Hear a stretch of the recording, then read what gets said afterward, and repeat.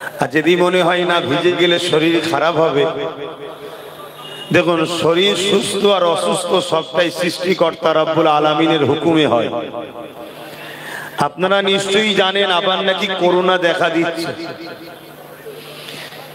আমি জানি না এই করোনা কি বিষয়, কি ব্যাপার, তবে যখনই কোনো গভর্নমেন্ট চাপ পড়ে বা কিছুর ব্যাপার থাকে তখনই করোনা নাকি মাথা চাড়া দিয়ে আসে সরকারকে বাঁচাবে বলে, এরকম ঠিক একটা ব্যাপার হয়।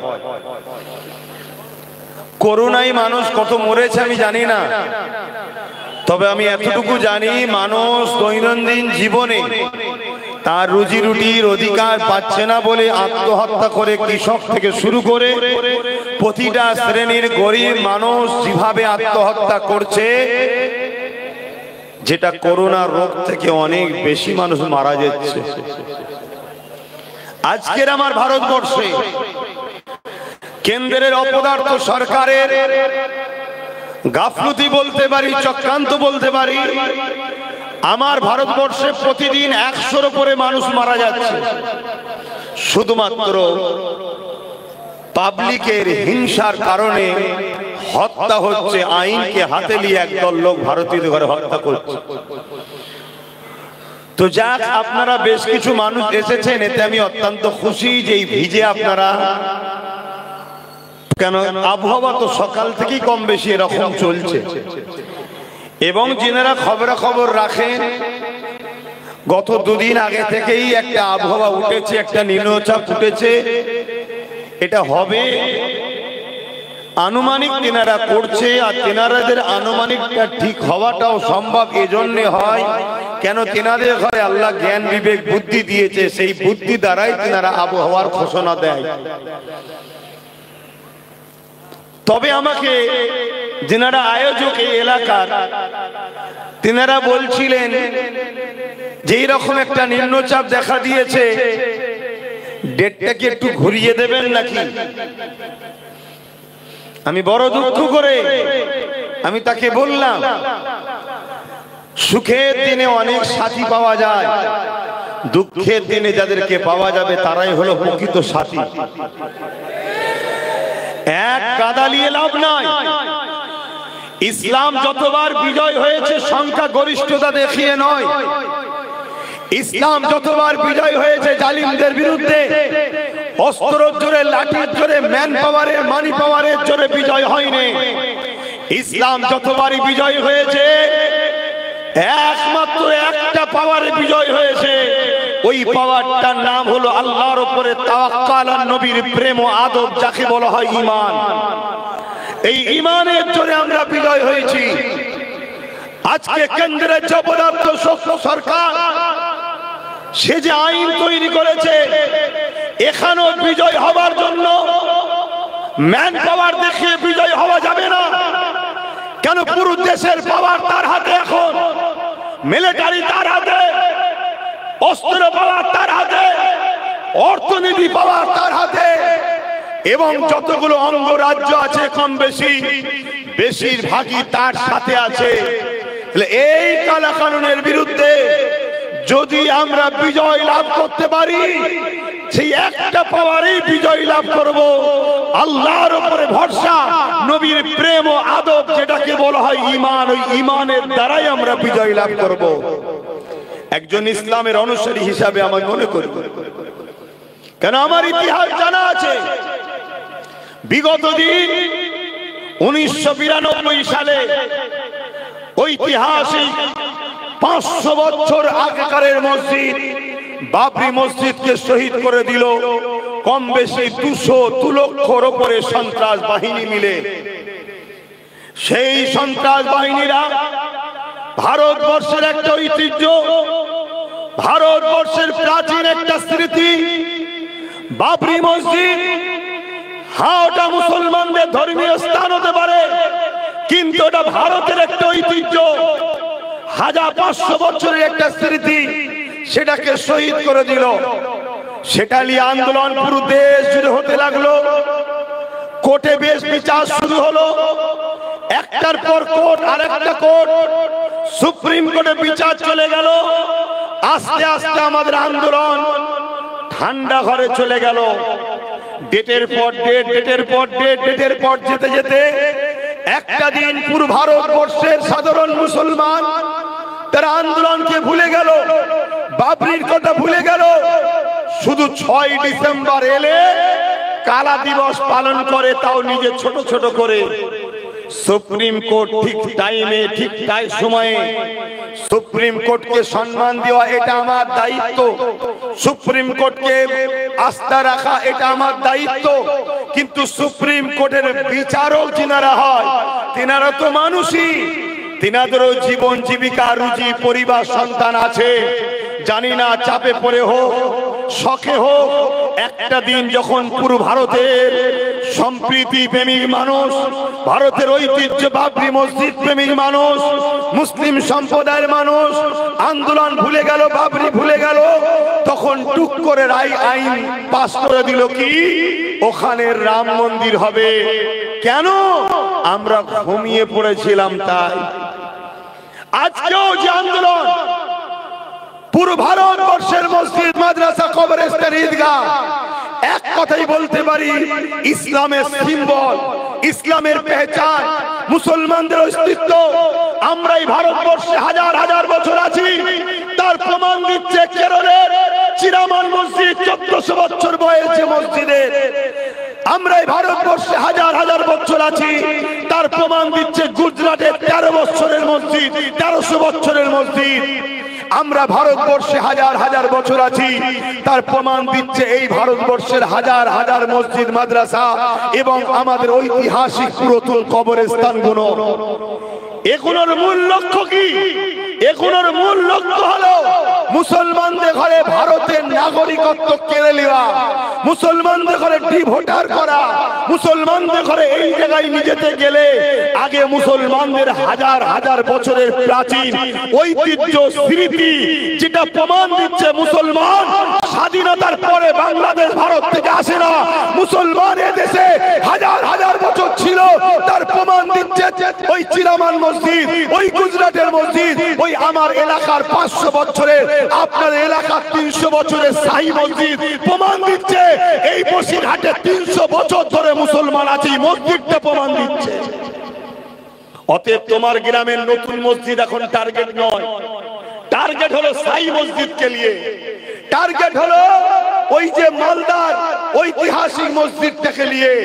এগুলোকে মুছে দিতে পারলেই তবেই তো বলা যাবে তোমরা অন্য দেশ থেকে এসেছো, এদেশে আছো, খাটো, খাও, কিন্তু তোমরা ভোটার অধিকার পাবে না।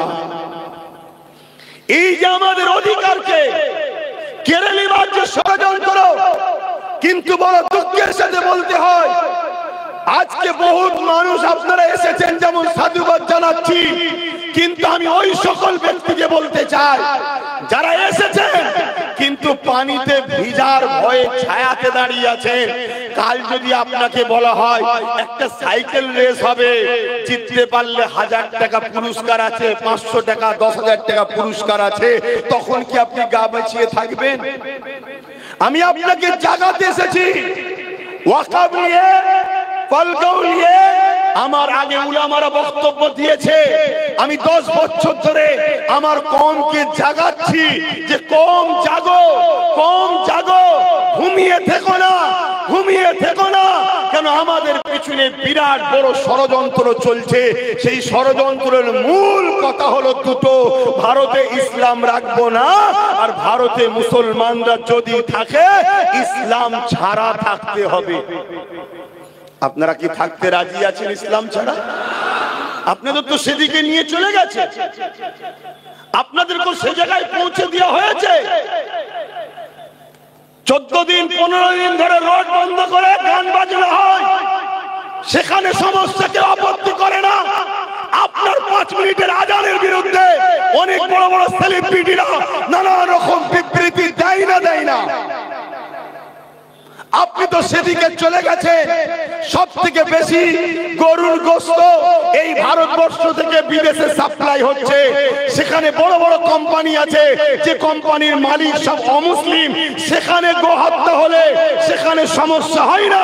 মুসলমান তোমার ঘরে গরুর গোশত আছে কি নাই পরের কথা, তোমাকে গোহত্যার নামে গো ভক্তরা বারবার হত্যা করছে এই ভারতে। তুমি কি বুঝতে পারছো না? আজকে তুমি চতুর্দিকে তাকিয়ে দেখো, তোমার বাড়াইপুরেতে তোমার মসজিদের মধ্যে ঢুকে তোমার মসজিদের ইমামের জায়গায় প্রস্তাব করা হচ্ছে, তাকে পরের দিন জামিন করে ছেড়ে দেওয়া হচ্ছে। তুমি কি এখনো বুঝতে পারছো না? তোমার ভারতবর্ষের এই বনগাঁ আকাইপুরে রেল স্টেশনে দুজন অমুসলিম ভারতের কি বলে পাকিস্তানের পতাকা বেঁধে মুসলমানদের ঘরে ফাঁসাবার চক্রান্ত করেছিল, হাতে নাতে ধরা পড়লো, তাদেরকে পরের দিন জামিন হয়ে গেল। তাদেরকে আবার কেন্দ্র সরকারের লোকেরা ফুলের মালা দিয়ে স্লোগান দিতে দিতে তাদেরকে নিয়ে আসা হচ্ছে।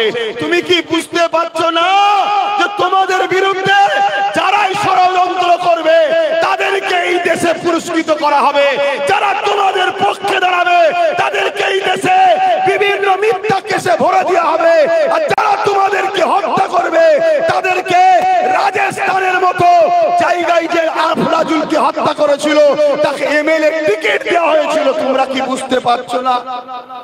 আমরা তো এই 10 বছর ধরে জাগাচ্ছি। বড় দুঃখের সাথে বলছি আমার কম, তুমি যদি বাঁচতে নাও চাও, তোমার এই ছোট্ট ফুটফুটে বাচ্চা ছেলেটা বাচ্চা মেয়েটা কি অপরাধ করেছে তোমার ঘরে জন্ম নিয়ে, তুমি তার কথা একটু ভাববে না? তার ভবিষ্যৎটা কি ভাববে না? সে আগামী দিন স্কুলে যাবে, মুসলমান হওয়ার কারণে রেপ হবে, যারা রেপ করবে কাশ্মীরে যেমন আসিফাকে রেপ যারা করেছিল তাদেরকে ফুলের মালা দিয়ে তাদের জন্য মিছিল বেরিয়েছিল। তুমি মুসলমান হওয়ার জন্য তোমার ঘরের বেটিটাকে রেপ করবে, আর তাকে যারা রেপ করবে তাকে আগামী দিন সিংহাসনে বসাবার জন্য জনগণ তার পিছনে দাঁড়াবে। কবে বুঝবে আমার কম? এই পানি দেখলে হবে না, ঝড় দেখলে হবে না, তুফান দেখলে হবে না, রোদ দেখলে হবে না, শীত দেখলে হবে না, পুলিশের বুলেটের গুলি দেখলে হবে না, কামান দেখলে হবে না, কোন সরকার বলবে যে আমি বিরোধী হয়ে যাব ওটা দেখলে হবে না। তোমাকে দেখতে হবে তোমার সৃষ্টিকর্তা যাতে রাজি, তোমাকে সেই পথে চলা দরকার। তোমাকে দেখতে হবে তোমার দেশকে বাঁচাবো কোন রাস্তায়, সেই পথে তোমাকে চলতে হবে। তোমাকে দেখতে হবে তোমার পরিবার সন্তানেরা কি করে নিরাপদে থাকবে, সেই রাস্তায় তোমাকে চলতে হবে। এটা চলতে গিয়ে যদি কেন্দ্র সরকার তোমার বিরুদ্ধে যুদ্ধের ঘোষণা দেয়, ওই যুদ্ধটাও তোমাকে অ্যাকসেপ্ট করতে হবে। রাজ্য সরকার যদি বলে তোমার দুশমন হয়ে গেছি, তার বিরুদ্ধেও তোমাকে তৈরি হতে হবে। এটাই হবে তোমার প্রকৃত মানবতা, এটাই হবে তোমার প্রকৃত মনুষ্যত্ব, এটাই হবে তোমার প্রকৃত মানুষত্ব। যদি এটা তোমার মধ্যে না থাকে তুমি একটা মরা, তুমি বেঁচে থেকে কোনো লাভ নাই। তোমার মতো সমাজে কীট পতঙ্গ থেকে আমার কওমের কি ক্ষতি হচ্ছে শোনো। তুমি তো ইনসাফের রাস্তায় পাওয়া যায় না, তোমাকে তো ইনসানিয়াতের রাস্তায় পাওয়া যায় না। তোমাকে গরিব দুঃখী কৃষক দলিত আদিবাসী হিন্দু মতুয়া শিখ পাঞ্জাবি অসহায়দের রাস্তায় তোমায় পাওয়া যায় না। তোমাকে পাওয়া যায় এদেরকে যারা লোটে সেই শাসকদের চাটুকারি পাওয়া যাচ্ছে। তোমার মতো অসভ্য থাকার থেকে এ সমাজ তোমাকে থেকে মুক্ত হওয়াটাই ভালো। আজ বড় দুঃখের সাথে গুটি কতক কথা বলছি। ওয়াকাব নিয়ে সবাই বলেছে, আমি হয়তো বলতে পারবো কি জানি না, কারণ আপনাদের সেই মন মানসিকতা এখনো আছে কি আমি জানি না। কিন্তু আমি এতটুকু বলবো, আমার কেন্দ্রে যে সরকার বসেছে আমার দেশে, আপনারা মাথার মধ্যে ঢুকেলেন এই সরকার আমার দেশের সবচেয়ে বড় ক্ষতি করছে। এই সরকার আমার দেশের সম্পদগুলোকে বিক্রি করছে। এই সরকার আমার দেশের এয়ারপোর্ট রেল সবকিছু বিক্রি করে দিয়েছে।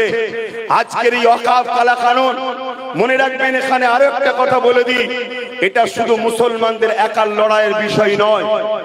যেমন ইসলামিক সম্পদের উপরে আঘাত দিয়েছে, কিন্তু কেন্দ্র সরকার এই আইনটা করতে গিয়ে সর্বপ্রথম যার উপরে আঘাত দিয়েছে ওই আঘাতটা হলো আমার দেশের সংবিধানের উপরে আঘাত দিয়েছে। আজকে এই ওয়াকফ নিয়ে শুধু আমরা মুসলমান কথা বলবো তা নয়, এই ওয়াকফের বিরুদ্ধে কেন্দ্র সরকার যে কালা কানুন তৈরি করেছে সেটা তো সংবিধান বিরোধী আইন। তাহলে সংবিধান তো পুরো ভারতবাসী, তাই হিন্দু, দলিত, আদিবাসী, শিখ, পাঞ্জাবি সবার কাছে আপনাকে মেসেজ পৌঁছাতে হবে, আপনাকে দায়িত্ব নিতে হবে, বাড়ি বাড়ি প্রতিবেশী সবাইকে বুঝাতে হবে যে কেন্দ্র সরকার আমার সংবিধানের অনুচ্ছেদের বিরুদ্ধে গিয়ে, সংবিধানের ধারার বিরুদ্ধে গিয়ে আমাদের অকাফ কালা কানুন তৈরি করেছে।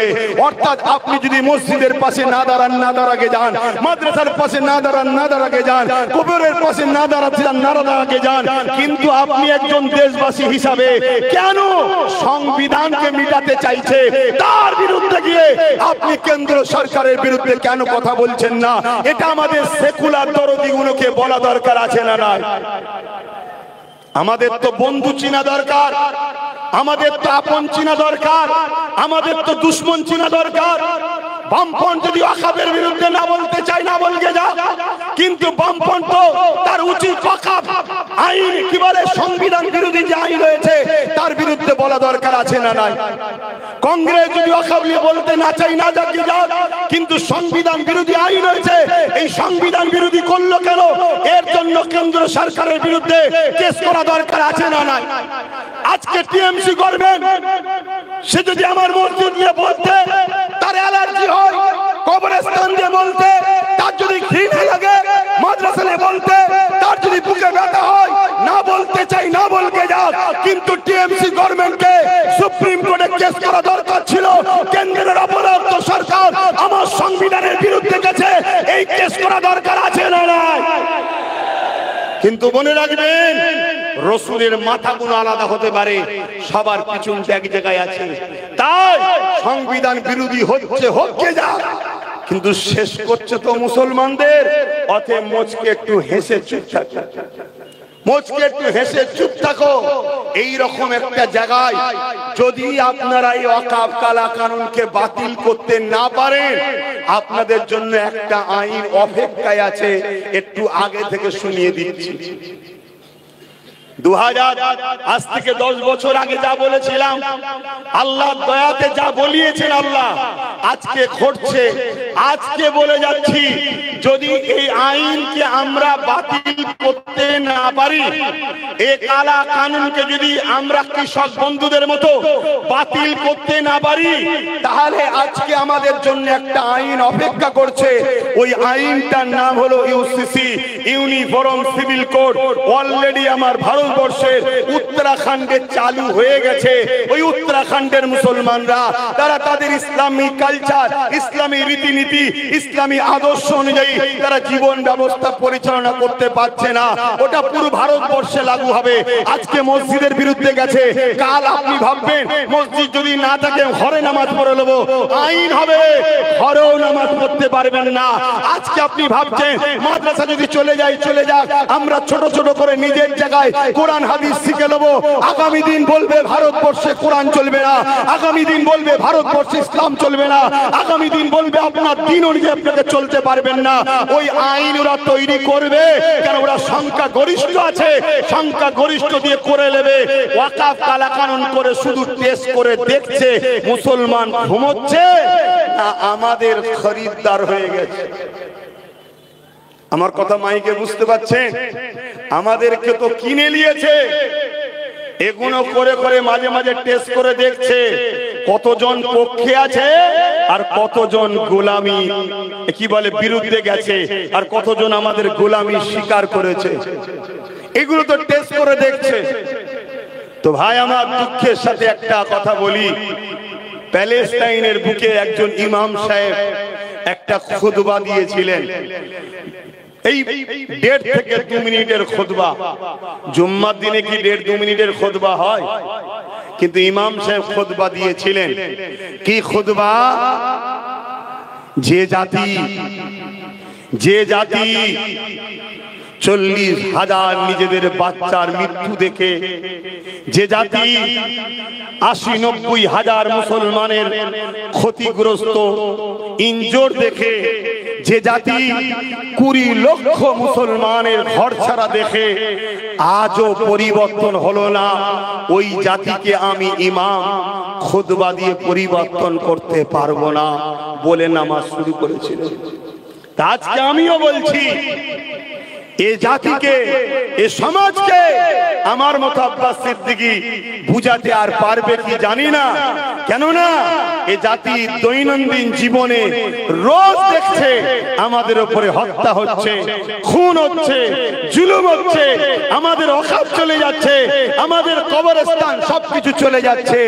যদি এ জাতি এখনো পরিবর্তন না হয়, এ জাতিকে বুঝানো মনে হয়, বক্তব্য দিয়ে পরিবর্তন করা মনে হয় আর সম্ভব হচ্ছে না।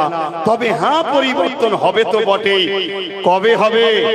যেদিন এ জাতির সংখ্যাটা কমে যাবে। কেন ইতিহাস বলছে যতদিন আমাদের মধ্যে সংখ্যা গরিষ্ঠতা ছিল, আমরা সংখ্যা অনেক ছিলাম, আমাদের মধ্যে হাজারো দলে বিভক্ত হয়ে গেছি আমরা। এই হাজারো দলে বিভক্ত হয়ে যে এক একজন এক এক দিকে আমাদেরকে টেনে নিয়ে যাচ্ছে। তাই আমরা ইচ্ছা থাকলেও উপায় আমাদের নাই। তাই আমি কথা সংক্ষেপ করছি, কেন আবার পানি আসছে। হয়তো আব্বাস সিদ্দিকী ভিজে শরীর খারাপ হয়, হোক গে যাক। আপনাদের ভিজলে হয়তো শরীর খারাপ হতে পারে, কেন আপনাদের জীবন আমার জীবনের থেকে হয়তো অনেক মূল্যবান। তাই আপনারা ভিজতে চাইবেন না। তাই আমি সংক্ষেপ করে এতটুকু বলি, এই ওয়াকফ কালা কানুনকে যদি সত্যি আমরা পরিবর্তন করতে চাই, তাহলে নম্বর 1 হলো যে কথা প্রথমে আসলো, কৃষক বন্ধুদের মতো আন্দোলন করতে হবে। কৃষকদের সংখ্যা মাত্র 2%। কত পার্সেন্ট? 2%। সেই কৃষক পাঞ্জাবের 2% শিখ পাঞ্জাবি ভাইয়েরা তারা আন্দোলন যে দেখিয়েছে, সেই আন্দোলন অনুযায়ী আমাদেরকে আন্দোলন করতে হবে। তাদের আন্দোলন ছিল ঝড়েতে, তাদের আন্দোলন ছিল রোদেতে, তাদের আন্দোলন ছিল পানিতে, তাদের আন্দোলন ছিল রাতেতে, তাদের আন্দোলন ছিল দিনেতে, তাদের আন্দোলন ছিল 24 ঘন্টা রাস্তার উপরে। তাদের আন্দোলনে কাঁদুনি গ্যাস ছোড়া হয়েছে, তাদের আন্দোলনে বুলেটের গুলি কেন্দ্র সরকার চালিয়েছে, তাদের আন্দোলনে নিজের পাশে অনেক ভাই খুন হয়ে গেছে, রক্তরতজা লাশ পড়ে গেছে। এত কিছু দেখার পরও তারা মাসকে মাস আন্দোলন চালিয়েছে। তাদের একটাই কথা ছিল, কৃষক কালা কানুন বাতিল করতে হবে। যদি আগামী দিন আমরা এই বর্ষার দিনে এইভাবে যদি আন্দোলন করতে শুরু করি, এই আন্দোলনকে যদি আমরাও বলি, আগামীতে রোদ আসলেও হবে, রাত আসলেও হবে, দিন আসলেও হবে, ঝড় আসলেও হবে, তুফান আসলেও হবে, পুলিশের লাঠি চললেও হবে, গুলি চললেও হবে, বোম চললেও হবে। একদিনই আন্দোলন যদি আমরা বন্ধ করব না, চালিয়ে যাব চালিয়ে যাব, তাতে আমাদেরকে রাস্তায় খেতে হবে, রাস্তায় ঘুমোতে হবে, রাস্তায় বসে থাকতে হবে। আমি কথা দিয়ে যাচ্ছি, কেন্দ্রের অপদার্থ ভীতু সরকার অবশ্যই আইনকে বাতিল করতে বাধ্য হবে হবে হবে। চ্যালেঞ্জ দিয়ে যাচ্ছি, হবে। কিন্তু আমরা যদি পানিতে ঘরে চলে যাই, রোদে যদি ছায়াতে যাই, রাত্রে যদি ঘুমিয়ে যায়, খাবার জন্য যদি ব্যস্ত হয়ে যায়, তাহলে মনে রাখবেন আগামী নতুন প্রজন্ম, আমাদের বাচ্চারা জন্ম নেবে হয়তো ঠিকই, কিন্তু মুখে বুবা হবে, চোখ থাকতেও কানা হবে, কান থাকতেও কালা হবে, এবং তারা হবে এই দেশেরই পুঁজিপতিদের শুধুমাত্র চাকর, গোলাম, এছাড়া আর কিছু নয়। আর আমাদের বেটিরা যদি এইভাবে আমরা জীবন যাপন করি, মনে রাখবেন আগামী দিন এই সমাজের ধনী পুঁজিপতিদের শুধুমাত্র ভাষা খারাপ লাগলেও বলতে বাধ্য হচ্ছি, রাতের ভোগের পাত্রী ছাড়া দ্বিতীয় কিচ্ছু হবে না। হ্যাঁ, বিগত দিন বলেছি, আজকে ঘটছে, আজ বলছে আগামী দিন ঘটবে যদি আমরা জীবনের ধারা পরিবর্তন না করি। আরে আপনার পাশে সংবিধান আছে, আপনার পাশে দেশ আছে, আপনাকে সংবিধান রাইট দিয়েছে, আপনাকে দেশ রাইট দিয়েছে। আপনি প্রত্যেকটা অন্যায়ের বিরুদ্ধে আপনি কথা বলবেন। সে দেশের প্রাইম মিনিস্টার আর রাজ্যের সিএম, চোখে চোখ রেখে কথা বলার অধিকার দেশ যখন আপনাকে দিয়েছে, সংবিধান যখন আপনাকে দিয়েছে। এই অধিকার যে কাটতে আসবে সে দেশের দুশমন, সংবিধানের দুশমন। তার বিরুদ্ধে আমাদেরকে প্রয়োজন হলে সংবিধানের ডায়েরির মধ্যে থেকে তার বিরুদ্ধে যুদ্ধ করতে হবে। আপনারা রাজি আছেন? তবে তো আপনার পর নতুন প্রজন্ম অধিকার পাবে, তবে তো আপনার নতুন প্রজন্ম ইতিহাস পাবে। আজকে যদি হাফেজ তিতুমুল লড়াই না করতেন, আজকে যদি আশফাকুল্লাহ লড়াই না করতেন, আজকে যদি সৈয়দুল আবু বকর সিদ্দিক ফুরফুরাবি লড়াই না করতেন, আজকে যদি নেতাজি সুভাষ চন্দ্র বসু লড়াই না করতেন, আজকে যদি সিধু কানু বিরসা মুন্ডা ইনারা ভগৎ সিং লড়াই না করতেন, তাহলে আজকে কি আমরা স্বাধীন দেশ পেতাম? কিন্তু স্বাধীন হয়ে গেছে, ৭৭ বছর চলে গেছে। আবার নতুন করে এই দেশবাসীকে দেশেরই একদল অংশ মানুষ পুঁজিপতিদের ঘরে সামনে রেখে, সেদিন যেমন ইস্ট ইন্ডিয়া কোম্পানিকে খুশি করার জন্য আমাদের গোলামত হয়েছিল, আজকেও একদল পুঁজিপতিকে সামনে রেখে পুরো দেশটা তাদেরকে বিক্রি করে দিচ্ছে। অতএব এই জায়গায় আরেকটা কথা মনে পড়েছে, একটু বলে দিচ্ছি। এই যে পালগাঁও হামলা হয়েছে, এই হামলা অত্যন্ত দুঃখজনক, অত্যন্ত নিন্দনীয়। এই হামলার পিছনে অনেক রহস্য লুকিয়ে আছে। যেমন একটা রহস্য হচ্ছে বর্ডারে লাগোয়া কোন বাড়ি ঘর, কোন কোম্পানি কাউকে জমি দেওয়া যাবে না, এটা আমার দেশের আইন। কিন্তু আজকে বর্ডারে লাগোয়া সব জায়গাতে আমার দেশের আদানি আম্বানিদের ঘরে জমি দিয়ে দেওয়া হচ্ছে। খুব ভালো করে বোঝেন, আজকে এই পালগাঁও হামলা এর পিছনে অনেক রহস্য দেখা যাচ্ছে।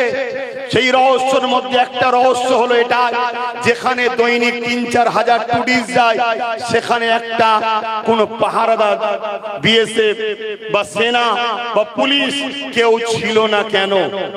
এই রহস্যের মধ্যে অনেক কিছু দেখা যাচ্ছে। তার মধ্যে আরো একটা হলো এটা, ৩০০ কিলোমিটার যেখানে হামলা হয়েছে সেখান থেকে বর্ডার, অত দূর থেকে লোক আসলো, অস্ত্র হাতে নিয়ে মারলো, আবার চলে গেল, এর ধরতে পারলো না। কিছু একটা রহস্য পাওয়া যাচ্ছে না, যায়নি। সমাজে কান পাতেন, অনেকে বলছে বিহার ভোট হয়ে গেছে, পুলওয়ামা আস্তে আস্তে আউট হয়ে যাবে। অর্থাৎ ভোটের জন্য একটা ইস্যু অনেকে বলছে। অনেকে এটাও বলছে যে এই হামলার পিছনে আমরা অনেক কিছু দেখতে পাচ্ছি। যেমন ভারতবর্ষে পাকিস্তানের হয়ে সব থেকে বেশি কাজ করছে কেন্দ্র সরকারের দলের লোকেরা। কেন? যতগুলো ধরা পড়ছে সব কেন্দ্র সরকারের সঙ্গে তাদের সম্পর্ক পাওয়া যাচ্ছে, যারা পাকিস্তানকে খবর দিচ্ছে। অতএব এই জায়গাতেও অনেকে ডাউট করছে যারা হামলা করেছে তারা মূলত কারা? তারা পাকিস্তানের এজেন্ট। এই দেশে যারা বসে আছে তাদের মধ্যে থেকে কেউ যে হামলা করেনি তো। কারণ ইতিহাস বলছে রাজনীতির জন্য দুশ্চরিত্রের মানুষেরা নিজেদের পরিবার সন্তানকেও খুন করেছে। তাই রাজনীতির জন্য, গদি বাঁচাবার জন্য এমনও অনেকে বলছে নিজেরাই হয়তো এমন কিছু ঘটনা ঘটতে পারে যাতে মানুষের মাইন্ডটা মুসলিম হিন্দু মুসলিম হিন্দু করা যায়। অতএব এই জায়গায় দাঁড়িয়ে থেকে যেমন আমাদের ওয়াকফ কালা কানুনকে বাতিল করার লড়াই, ঠিক তেমনি পলগাঁওতে যারা প্রকৃত আসামি তাদেরকে চিহ্নিত করা হয়েছে, তারপরও এখনো কেন ধরা হচ্ছে না? তাদেরকে সর্বোচ্চ শাস্তি মৃত্যুদণ্ড কেন দেওয়া হচ্ছে না? এটাও কিন্তু আমাদের আন্দোলনের দরকার আছে না নাই? কিন্তু আপনি দেশের দিকে, রাজ্যের দিকে কান পেতে দেখেন, পলগাঁও আন্দোলনটাও বন্ধ হয়ে গেছে। খেয়াল করতে হচ্ছে, আন্দোলন বন্ধ হয়ে গেছে। এ সব জন্য একটা সাজানো নাটক। অনেকে আবার এটাও বলছে এই হামলা করে পুরো দেশে মুসলিম সমাজের উপরে অত্যাচারের স্কিম রোলার চালাবার একটা পরিকল্পনা, এটাও অনেকে বলছে।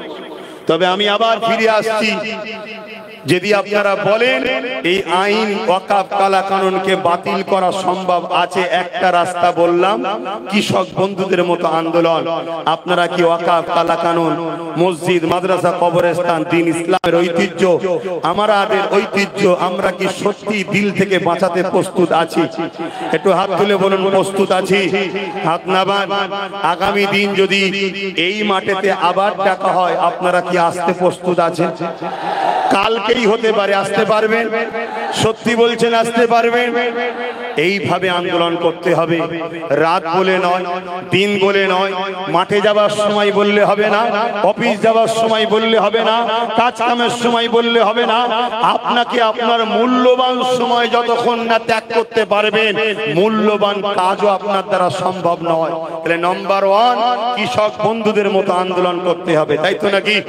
আর এই কৃষক বন্ধুরা সাকসেসফুল হয়েছিল কি করে? আর একটা রহস্য হলো, পাঞ্জাব সরকার কৃষক বন্ধুদের সাথে ছিল।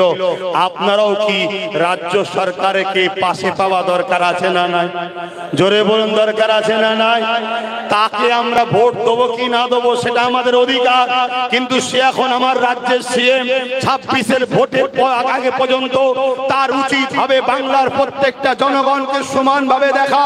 তাহলে পাঞ্জাব সরকার যদি কৃষক বন্ধুদের সাথ দিতে পারে, আমাদের ভোট নিয়ে তুমি বারবার ক্ষমতায় এসেছো, তুমি বারবার বলেছো মুসলমানরাই আমাকে জিতিয়েছে।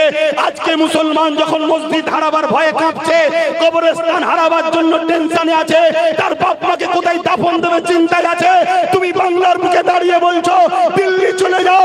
এ কথা তোমার মুখে মানাই নে। তুমি যদি এই ভুলটা শুধরাতে চাও, তোমাকে 26-এর আগে সুযোগ দিচ্ছি, তুমি অবিলম্বে রাস্তায় নামো, সুপ্রিম কোর্টে কেস করো, তুমি তোমার বিধানসভাতে নিন্দা বিল পাস করো, তুমি পাস করো। আমার বাংলাতে এই আইন হতে দেবো না। এই তিনটে কাজ তোমার থেকে আমরা দেখতে চাই। আমার সাথে কারা একমত একটু হাত তুলে দেখা। নাম্বার ওয়ান, সুপ্রিম কোর্টে তোমাকে মামলা করতে হবে। নাম্বার টু, তুমি তোমার রাজ্যের বিধানসভায়, তোমার সংখ্যা তো বেশি, তুমি এখান থেকে বিল পাস করো যে আমার রাজ্যের এমএলএরা বলছে হতে দেব না, এটা নিয়ে কেস করো, তাহলে গুরুত্ব বাড়বে না কমবে? নাম্বার থ্রি, তুমি পাঞ্জাব সরকারের মতো তুমিও বলো যে তোরা আন্দোলন কর, তোদের থাকা খাওয়া গাড়ি ভাড়া তোদের সবকিছু আমি দেবো, আন্দোলন কর। কেন? তুমি তো নিজেই বলছো আমি বিজেপির বিরুদ্ধে। তাহলে বিজেপির বিরুদ্ধে যখন আন্দোলন, তোমার তো মাইনাস পয়েন্ট, তোমাকে হেল্প করা দরকার। কি ভাই, ঠিক তো নাকি? কিন্তু না, তুমি আমাদেরকে বোকা বানাবার জন্য বলছো বিজেপির বিরুদ্ধে, কিন্তু তুমি তো মালদা থেকে আম পাঠাও, তুমি তো মাঝে মাঝে জামা কাপড় পাঠাও, তুমি তো মাঝে মাঝে আবার কে কি খাবার পছন্দ করে সে খাবারটা পাঠাও, তুমিও মাঝে মাঝে রাজ্যে না হলো উড়িষ্যায় গিয়ে এক টেবিলে বসে খাও। এগুলো কি তাহলে আজকে প্রমাণ হচ্ছে তুমি আমাদের সেজেছো? মূলত তুমি আমাদের নয়। যদি এটাই হয় তাহলে তোমাকে আমরা জানিয়ে দিই, আমরা সেই মুসলমান। হতে পারে আমাদের মধ্যে অনেক আছে মতনৈক্য, জুজিয়াত মাসলা নিয়ে, হতে পারে আমাদের মধ্যে অনেক আছে বিভিন্ন সংগঠন, কিন্তু মনে রাখবেন এই সংগঠন আগেও ছিল, এই জুজিয়াত মাসলা নিয়ে আলোচনা আগেও ছিল।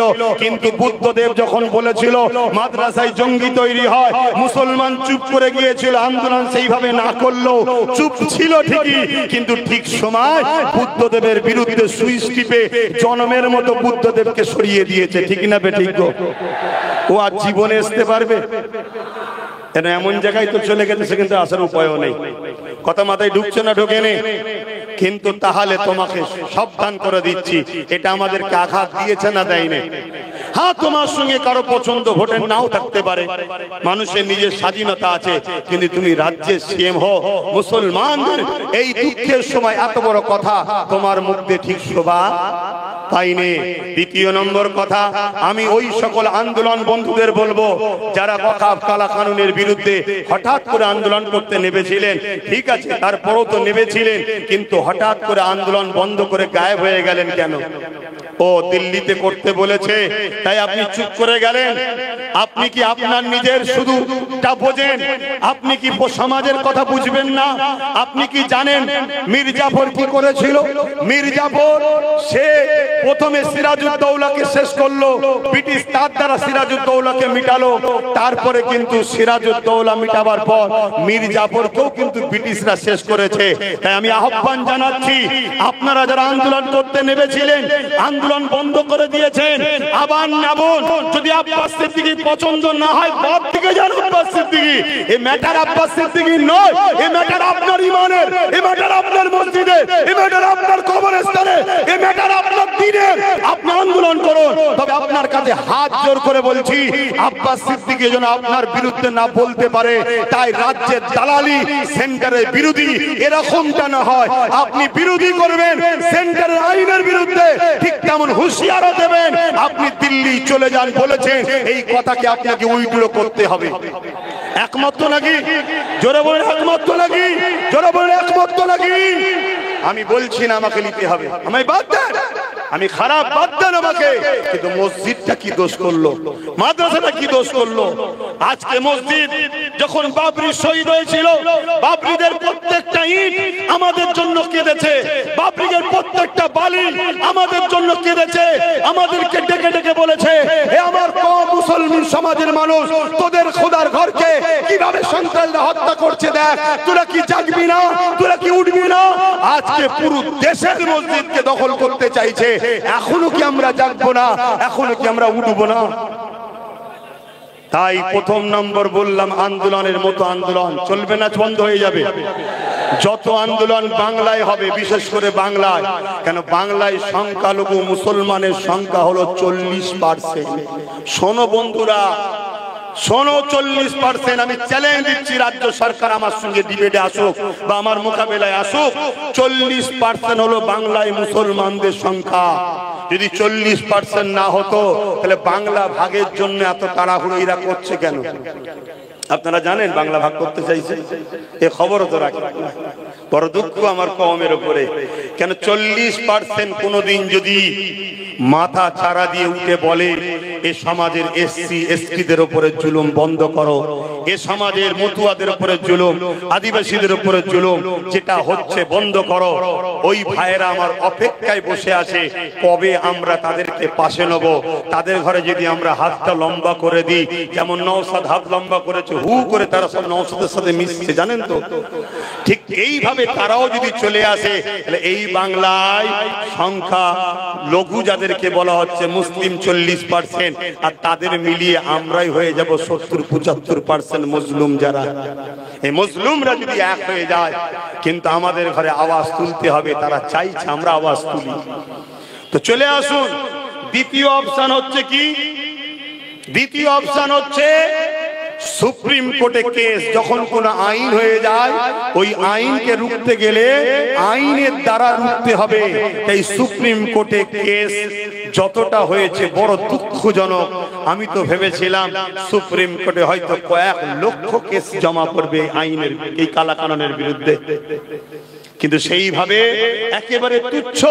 তবে ধন্যবাদ জানাই ওই সকল রাজ্যের রাজ্য প্রধানদের ঘরে, সিএমদের ঘরে, 8টা রাজ্যের সিএম, রাজ্যের প্রধান তারা কেস করেছে। তার মধ্যে তামিলনাড়ু সেই সরকার মাত্র 5% মুসলমান, তারা সরকার কেস করছে, তারা আন্দোলন করছে। আর এখানে 40% আমরা কেস করছি না। মাফ করবে, কষ্ট লাগলে ক্ষমা করবেন, কেন বুঝতে পেরে গেছে আমরা খরিদ হওয়া গোলাম এদের হয়ে গেছে, তাই গুরুত্ব দিচ্ছে না। এই গোলামির স্বাদ থেকে বেরিয়ে একে জবাব দিতে হবে যে উম্মতে মুহাম্মাদীকে খরিদ করার কোন মা সন্তান জন্ম দিতে পারে না, এটা প্রমাণ করতে হবে আমাদের ঘরে।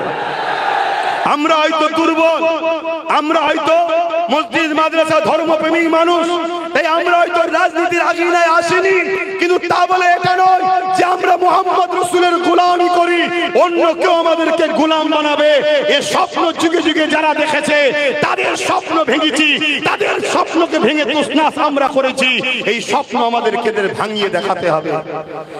শত শেষ কথা, সুপ্রিম কোর্টে কেস চলছে বলে অনেকে আবার বলছে চুপ থাকতে হবে, চুপ থাকার জন্য বাবরি গেছে। তাহলে সুপ্রিম কোর্টে যেমন কেস চলছে চলবে, শত শেষ আর একটা অপশন আপনাদের কাছে দিচ্ছি, যেটা আমার মধ্যে মত জেগেছে, বলতে পারি তো নাকি? আপনাদের আবার ব্যথা হবে না তো? সেটা হলো এটাই, আমাদের সমস্ত মুসলমানকে এক হয়ে আওয়াজ তুলতে হবে প্রতিটা প্রোগ্রাম থেকে, প্রতিটা প্ল্যাটফর্ম থেকে। সেটা হলো কি, বাম, কংগ্রেস, টিএমসি বুঝি না, পুরো দেশে যত সেকুলার দল আছে সমস্ত দলকে সমস্ত জায়গার মুসলমানরা আহ্বান জানাবে। আমরা বাংলার মুসলমান, আমরা বাম, কংগ্রেস, টিএমসি কো আহ্বান জানাবো, আমরা লাল কালো বুলু বুঝি না। এই ওয়াকাফের বিরুদ্ধে যারা, তারা আমাদের বন্ধু, ওয়াকাফের বিরোধী যারা নয় তারা আমাদের শত্রু, তাই তো নাকি? তাহলে এই জায়গায় আসুন আমরা সবাই সংগঠিত হয়ে এক হয়ে, যে আইন দ্বারা কেন্দ্র সরকার বিল পাস করেছে, আমরাও ওই রাজ ক্ষমতা তৈরি করে আমরাও নতুন করে বিল পাস করিয়ে আমরা আমাদের ওয়াকাফকে ফিরিয়ে নেব। এর জন্য হতে পারে 5 বছর দেরি, হতে পারে 10 বছর দেরি, কারো মধ্যে যেতে পারে 5-10 বছরের শব্দ ভেঙে ফেলবে না। আওয়াজ যখন আপনি তুলবেন যে ক্ষমতায় আসার পর আমরাও সংখ্যা গরিষ্ঠতা দেখিয়ে, যেমন কেন্দ্র সরকার বিল তৈরি করে মসজিদ মাদ্রাসা লিখছে, আমরাও সংখ্যা গরিষ্ঠতা দেখিয়ে আমরাও বিল তৈরি করে ওয়াকাফকে ফিরিয়ে নেব। ওই সময়েতে ওই জায়গায় যে কোম্পানি যত কোটি টাকা বাজেট করুক না কেন, সবটা ওয়াকাফের দখলে হয়ে যাবে, আইন করে নেব। চেষ্টা করলে হতে পারে না, পারে না?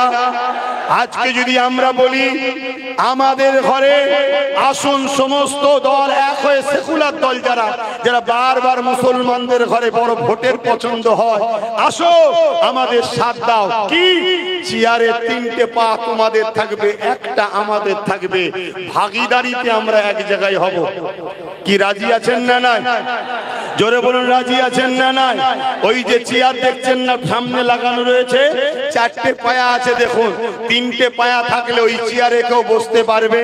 তো 3টে তোমাদের বাম, কংগ্রেস, টিএমসি থাক, একটা আমাদের হাতে থাকবে। তোমরা গদিতে বসবে, বসো, কিন্তু সংখ্যা গরিষ্ঠতা দেখিয়ে এই ওয়াকাফ কালা কানুনকে বাতিল করবে, এই বিল তৈরি করবে। সারা দেশে এই লড়াই ছড়াতে হবে। সারা দেশে এই লড়াই চললে একদিন অপদার্থ বিজেপি সরকার পড়বে, সেদিন সংখ্যা গরিষ্ঠ সেকুলার দল যারা আছেন আমরা হব। আমরা তখন আইন তৈরি করে আবার আমাদের ওয়াকাফকে ফিরিয়ে নেব। এই 3টে পন্থা আমাদের কাছে আছে। চতুর্থ কোনো পন্থা থাকলে একটু জানাবেন, আমি সেটাকেও আগামী দিন প্রচার করব। এই 3টে ছাড়া কোনো পন্থা আমাদের কাছে নেই। নাম্বার 1, কৃষকদের মতো আন্দোলন দ্বারা এটাকে রুখা যেতে পারে, কিন্তু কৃষকদের মধ্যে গাদ্দার নাই, মুসলমানের মধ্যে মুনাফেক গাদ্দার আছে, এটা ভয় হচ্ছে। তাই দ্বিতীয় অপশন হলো কি, সুপ্রিম কোর্টে কেস। কিন্তু সুপ্রিম কোর্টে কেস তো চলছে, সুপ্রিম কোর্টকে সম্মান করি, কিন্তু জজ সাহেব যিনি আছেন তিনি আস্থার উপরে বাবরির বিরুদ্ধে রায় দিয়েছিল, তাই ওখানে কেস চলবে ঠিকই, কিন্তু নাকে তেল দিয়ে ঘুমানো যাবে। নাম্বার 3, যে শক্তি দ্বারা ওরা বিল করেছে ওই রাজ শক্তি দখল করতে হবে। আমার কথা কি কষ্ট নিলেন? 3 নম্বরটা কি খারাপ লাগলো? এতেই মরিছি তো আমরা। আমাদেরকে একদল উলামারা বুঝিয়েছে আমরা নামাজ পড়বো, রোজা রাখবো, মসজিদ মাদ্রাসায় থাকবো, পরকালে আমরা জান্নাত লব। এই বুঝিয়ে বুঝিয়ে আমাদেরকে ঘরে ঢুকিয়ে দিয়েছে। যতক্ষণ না আমরা রাজ পাওয়ারে পার্টিসিপেট করব, রাজ ক্ষমতা যতদিন না দখল করব, ততদিন আমাদের ঘরে সবাই মিলে লুটবে। বিগত দিনও লুটেছে, আজও লুটছে, আগামীতেও লুটবে। আজকে বুকে হাত দিয়ে বলুন, আমি যে 2021-এ বলেছিলাম চেয়ারে 3টে পা থাকে, থাক একটা আমাদের থাক। ধরুন রাজ্যে যে সরকার আছে তিনি ধরুন বসেই আছে সরকারে, কিন্তু তিনার পা 3টে আর একটা আমাদের যদি লাগানো থাকতো, আজকে বলতে পারতোই চেয়ারে বসে দিল্লি যাও। সত্যি করে বলুন পারতেন? কেন পারতেন না? তিনি জানে একটা পা ওদের বিরুদ্ধে আঘাত দিয়ে কথা বললেই পা খুলে নেবে, সরকার পড়ে যাবে। তাহলে আমাদের রাজ পাওয়ার দরকার আছে না নাই? আমরা আলেম উলামা পীর পীরজাদা মুফতি মাওলানা ইমাম আমরা না হয় হাটে মাঠে রাস্তায় প্রকাশ্য নেবে রাজনীতি করব না, কিন্তু আমরা আমাদের মুসলিম সমাজের যুবক ছেলেদের রাজনীতির কন্ট্রোল আমরা করব, আমরা ছেলেদেরকে পরিচালনা করব, আমরা আমাদের 40% কে শিখাবো কিভাবে রাজনীতি করতে হয়, কিভাবে ইনসাফ ইনসানিয়াত প্রতিষ্ঠিত করতে হয়। এটা যখন ইসলামে হারাম নয়, তাহলে আমরা উলামারা কেন পিছিয়ে আছি? আল্লাহর রাস্তে বলছি আলেমদের ঘরে, নবী আল্লাহর রাসূলের ওস্তাদ দিয়ে বলছি ইমামদের ঘরে, আসুন সময় হয়েছে, ঐক্যবদ্ধ হন, সংগঠিত হন, একত্রিত হন। আপনার যদি মনে হয় আব্বাস সিদ্দিকী তোমার কথা শুনলে আমার 3000 টাকা চলে যাবে, আমি আপনাকে জবান দিয়ে যাচ্ছি, আমি যে রাস্তা দেখাচ্ছি এই রাস্তায় একটু চলুন, হয়তো চলতে গিয়ে একটু কষ্ট হবে, কষ্ট যত বেশি হয় ফল তত মিষ্টি হয়। আমি কথা দিয়ে যাচ্ছি আমাদের ওয়াকাফের এত টাকা আছে, প্রত্যেকটা ইমাম 20,000 করে টাকা মাসে মাইনে পেতে পারে। কেন বুঝছেন না আপনারা? কেন বুঝছেন না? ভাবছেন আব্বাস সিদ্দিকী সম্মানে চলে গেল, এত জোরে চিল্লাচ্ছে। আল্লাহ সাক্ষী রেখে বলছি, জাত পাকের কসম করে বলছি, জাত পাকের কসম করে বলছি, আমি আমাকে নিয়ে 1 সেকেন্ডের জন্য ভাবি না, আমি আমাকে নিয়ে 1 সেকেন্ডের জন্য চিন্তা করি না। আমি এমন একটা পরিবারের সন্তান, আমার জন্য আপনারা ভিজে দাঁড়িয়ে আছেন। আমি এমন একটা পরিবারের সন্তান, আমি যেখানে যাই আপনারা ছুটে যান। আমি এমন একটা পরিবারের সন্তান, আমাকে দেখে হাতে পয়সা গুঁজে দেন। আমি এমন একটা পরিবারের সন্তান, আমি যদি অন্য কোনো জায়গায় চলে গিয়ে বলি তোমার দেশে আমি থাকতে চাই, ওয়েলকাম করে নিয়ে নেবে, এমন একটা পরিবারের সন্তান আমি। আমি আমার দেশকে ছেড়ে যাব কেন? আমি আমার দেশকে ধ্বংস হতে দেব কেন? আমি আমার মসজিদ মাদ্রাসা ছেড়ে যাব কেন? এজন্য চিল্লাচ্ছি আপনাদের কাছে এসে। তাই অনুরোধ করছি আমার ভাইয়েরা, ভুল বুঝবেন না আমাকে। প্রত্যেকটা উলামা, প্রত্যেকটা ইমাম, প্রত্যেকটা হাফেজ খোলা ডাক দিচ্ছি, প্রতি জুম্মায় ঘরে থাকি, আসুন। যদি আসতে না পারেন, কারো হাতে চিঠি লিখে আপনার নাম ফোন নাম্বার দেন যে আমি আপনার সাথে আছি। প্রকাশ করব না আপনার নাম, একদিন প্রকাশ করব, যেদিন আমরা সংগঠিত হয়ে যাব সেদিন প্রকাশ করব। আজকে বলুন তো, আমরা 30-40 হাজার আলেম উলামা ইমাম যদি এক জায়গায় হতে পারি, যত কমই হোক 1 কোটি মুসলমান আমাদের সাথে আছে। কেন? প্রত্যেকটা ইমামের যত কমই হোক 200-500 করে লোক হবে। কথা ভুল বলছি? তাহলে এভাবে যদি আমরা 40-50-30 হাজার আলেম উলামা ইমাম এক জায়গায় হতে পারি, তাহলে যত কমই হোক 1 লক্ষ যুবক আমাদের পাশে। আর আলেম উলামা ইমামদের জন্য যুবকরা বুকে তাজা খুন দিতে রাজি আছে, ঠিক না বেঠিক গো? বলো, দিতে পারবে না? পারবে না? তোমাদের সামনে তোমার নবীর ওয়ারিসকে অপমান করা হবে, তোমাদের সামনে তোমার নবীর ওয়ারিসকে মারা হবে, তোমরা যুব সমাজ কি চুপ থাকবে? এই গতকালকে পরশু দিনে আমার আমানুল্লাহ ভাই রয়েছেন, উনি সময় নেই বলে বলতে পারেনি, ওটা আমি বলে দিয়ে যাচ্ছি। ক্যানিং এতে 3 জন আলেম মানুষ তারা বাজারে গেছে প্রয়োজনের জন্য, তাদেরকে অপমান করেছে, তাদেরকে বেউজ্জতি করেছে। যে অপমান, যে বেউজ্জতিটা একটা আলেমের সঙ্গে হয়েছে বলে খুলে বলতে পারছি না, যে অপমান, যে বেউজ্জতি ভাষায় বলা যাবে না, তার সঙ্গে জড়িয়ে আছে কে? নিউ টাউন থানার একজন পুলিশ অফিসার, সেখানে তার সঙ্গে জড়িয়ে আছে, তারা অপমান করছে। ঠিক বলছি তো? এ ঘটনা ঘটেছে তো? তাহলে আজকে বলুন, এখনো কি উলামা ভাইরা জাগবেন না? এখনো কি আলেমরা জাগবেন না? আমি প্রত্যেকটা ইমামকে বলছি, আমি ছোট মানুষ, আপনারা নেতৃত্ব দেন, আপনাদের পিছনে আমি থাকবো, কিন্তু নেতৃত্ব শর্ত একটাই হবে, গাদ্দারি নয়। এই জাতিকে বাঁচাবো জীবন দিয়ে হলো, তাহলে আপনাদের সাথে আমি আছি। কিন্তু লোক জড়ো করে মোটা অঙ্কের টাকা নিয়ে ঘরে ঢুকে যাব, বলবো হচ্ছে না, এরম কথা বললে হবে না, হচ্ছে না বললে হবে না। এদেশ কারো বাবাকালী সম্পত্তি নয়, এদেশ কারো জমিদারি নয়, এদেশ কারো ব্যক্তিগত পুঁজিপতিদের নয়, এদেশ প্রত্যেকটা যদি ব্রিগেডে বন্ধ করতে পারে সম্মেলন, ব্রিগেডে যদি বিজেপি করতে পারে সম্মেলন, ব্রিগেডে যদি কোন ধর্মের মানুষেরা তাদের ধর্মীয় প্রোগ্রাম করতে পারে, এই ব্রিগেডে যদি টিএমসি প্রোগ্রাম করতে পারে, এই ব্রিগেডে যদি সবাই করতে পারে, তাহলে আমরা কেন করতে পারবো না? এই কৈফিয়ত নিয়ে ব্রিগেড আগামী দিন আমি আব্বাস সিদ্দিকী চ্যালেঞ্জ নিচ্ছি করব, আপনারা আমার ডাকে যেতে রাজি আছেন? রাজি আছেন? আমি দেখতে চাই কারোকে, আমি দেখতে যাই, তবে হ্যাঁ পাকাপোক্ত কাজ করেই করা হবে, কিন্তু খবর পেলে আপনাদেরকে যেতে হবে। খাওয়া কি বলে গাড়ি ভাড়া খাওয়া দিতে পারবো না, দিল থেকে বলুন ব্রিগেড হওয়া দরকার আছে না নাই? এটা একদিকে যেমন ওয়াকাফের ব্যাপার, আর আমার আগে বলছিলেন ওয়াকাফ ব্রিগেড করলেই যে ওয়াকাফ হয়ে যাবে এমনটা নয়, কিন্তু এখন ব্রিগেডটা আমাদের চ্যালেঞ্জ এসে গেছে। কেন মুসলমানদের দেওয়া হবে না? কেন মুসলমানদের দেওয়া হবে না? যদি সেখানে আমার হিন্দু ভাইয়েরা তারা তাদের গীতা পাঠের জন্য পেতে পারে, 100% ঠিক করেছে, পাবে না কেন? তাদেরও তো ব্রিগেড, আমি বিরোধী নয়, কিন্তু সবাই যদি পায়, বাম পাবে, কংগ্রেস পাবে, টিএমসি পাবে, বিজেপির মতো অপদার্থ দেশও যারা দেশকে ক্ষতি করছে তারাও যদি পায়, তাহলে আমরা দেশের জন্য উলামারা 70,000-এর উপরে দিল্লিতে জীবন দিয়ে ব্রিটিশদের তাড়িয়েছি, আমরা তাদের উত্তরসূরি, আমরা কেন ব্রিগেড পাবো না? তাই চ্যালেঞ্জের সাথে ব্রিগেড করতেই হবে, এটা আমাদের অঙ্গীকার। তবে সেই দিন ব্রিগেডে আমি ডাক দেবো, আপনারা যাবেন তো নাকি? এই আশা রাখছি, আর কথা বাড়াচ্ছি না।